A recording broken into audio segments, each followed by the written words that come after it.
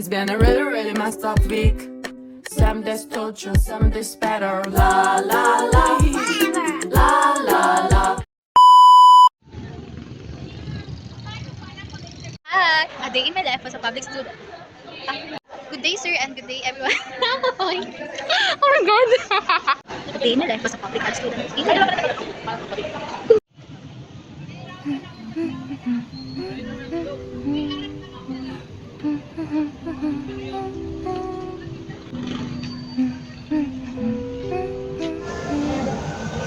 This is Camarines Norte State College, a non-profit public higher education institution located in Dayat, Camarines Norte, Philippines. Did you know that CNSC was founded in 1992 through Republic Act No. 7352, signed by former President Corazon C. Aquino? The college originated from Camarines Norte High School, established in 1920.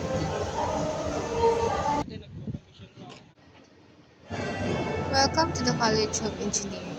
Our college offers a wide range of programs including civil, computer, electrical, electronics, industrial, and mechanical engineering. And this is our cafeteria where you can eat nutritious food. So next is CAS Building, College of Arts and Sciences. Oh hi, may parating ng mga tao. Mga A above. Say hi!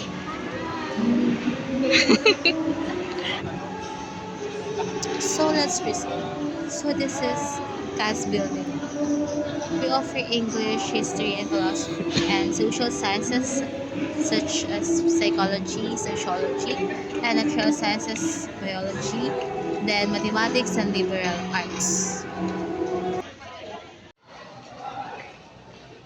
Hi guys, as you can see, this is the admission booth. Yun lang, and that's all for today. Bye! Longo-longo!